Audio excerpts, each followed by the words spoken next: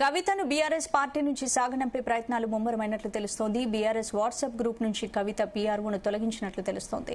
అటు సోషల్ మీడియాలో కవితను పెద్ద సంఖ్యలో బీఆర్ఎస్ నేతలు అన్ఫాలో చేస్తున్నట్లు సమాచారం. హరీష్ రావు, సంతోష్ కుమార్ పై కవిత తాజాగా వ్యాఖ్యలు పెనుదుమారం రేపుతున్నాయి. ఈ నేపథ్యంలో బీఆర్ఎస్ అధిష్టానం కవితను సస్పెండ్ చేసే అవకాశాలున్నాయన్న అంచనాలు వ్యక్తమవుతున్నాయి. తాజా పరిణామాలతో కారు పార్టీలో కలకలం రేగుతోంది.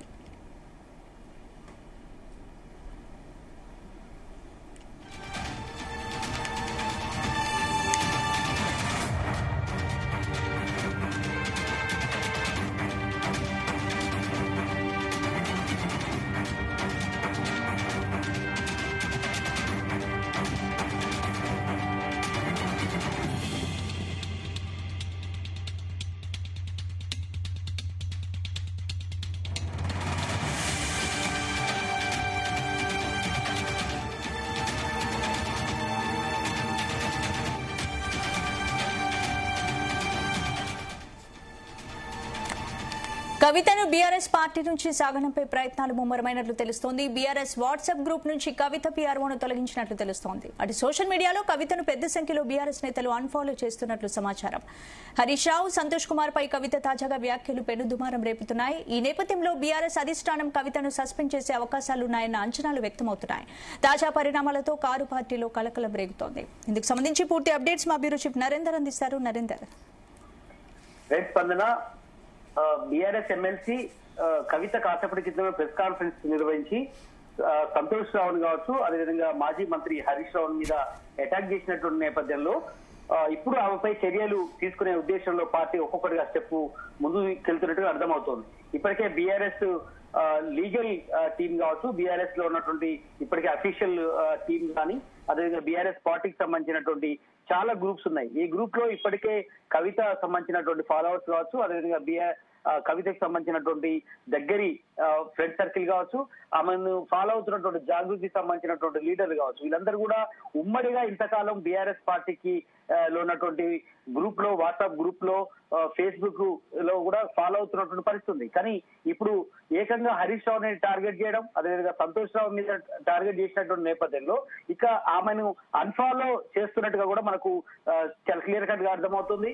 అంతేకాదు ఆ పార్టీకి సంబంధించినటువంటి లీడర్లు చాలా మంది కూడా కవితను కూడా నేరుగా అన్ఫాలో చేసుకుంటున్నట్టుగా కూడా మనకు క్లియర్ కట్ గా అర్థమవుతుంది. అంతేకాకుండా కవిత ఇప్పటికే జాగృతి సంస్థ నడుస్తుంది. ఇప్పటికే ఆమె కూడా చాలా సోషల్ గ్రూపులు ఏర్పాటు చేసుకుంది. జాగృతికి సంబంధించినటువంటి చాలా గ్రూపులు ఏర్పాటు చేసింది. హ్యాండిల్ మెయింటైన్ చేస్తున్నటువంటి పరిస్థితి చూసాం మనం సోషల్ మీడియాలో. ఇవన్నీ కూడా ఆమె సొంతంగా నడుపుకుంటున్న నేపథ్యంలో ఇప్పటికే బీఆర్ఎస్ కు కంబైన్డ్ గా నడుపుతున్నటువంటి దాంట్లో నుంచి కొంతమంది ఇప్పుడు లెఫ్ట్ అవుతున్నటువంటి పరిస్థితి ఉంది.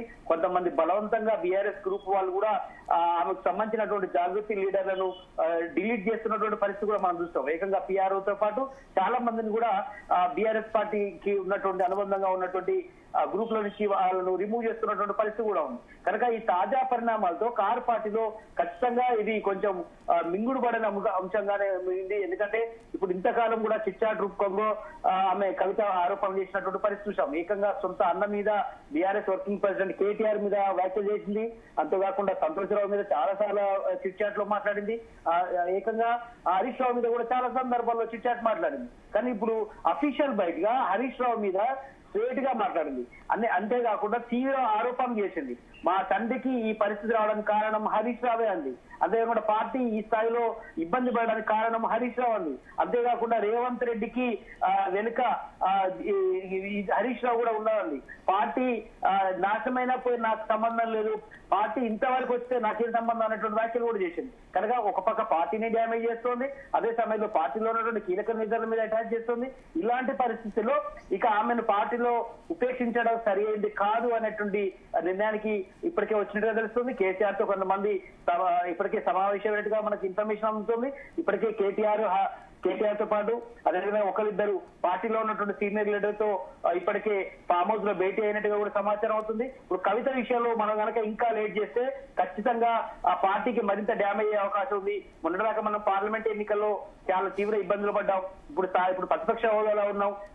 ఒక సిబిఐ ఎంక్వైరీ కాళేశ్వరం విషయంలో నడుస్తుంది. ఇక ముందు కనుక ఇట్లనే పార్టీని సొంత బిడ్డ అయింది, సొంత ఎమ్మెల్సీగా ఉండి పార్టీలో ఉన్నటువంటి వ్యక్తుల మీదనే ఆరోపణ చేస్తున్నప్పుడు ఇక మనం ఉపేక్షించడం సరైనది కాదని కూడా కేసీఆర్ చెప్పే అవకాశం ఉంటుంది. కేసీఆర్ కూడా ఇంకోటి చెప్పిన మాట సాధారణంగా వినడు, కానీ ఇప్పుడు కవిత విషయంలో ఖచ్చితంగా కూడా వినే అవకాశం ఉంటుంది. ఎందుకంటే సొంత అల్లుడే కాదు, సొంత ఆయన అక్క కొడుకు అవుతాడు హరీష్ రావు. అయినప్పటికీ కూడా ఆయన అక్క కొడుకులాగా సొంత కొడుకులాగా కేటీఆర్ హరీష్ రావు ఇద్దరు కూడా సొంత కొడుకులాగా భావిస్తున్నటువంటి పరిస్థితి ఉంది. కవిత విషయంలో కొంత మొన్న లిక్కర్ స్కామ్ విషయంలో కొంత చాలా అప్సెట్ అయ్యారు.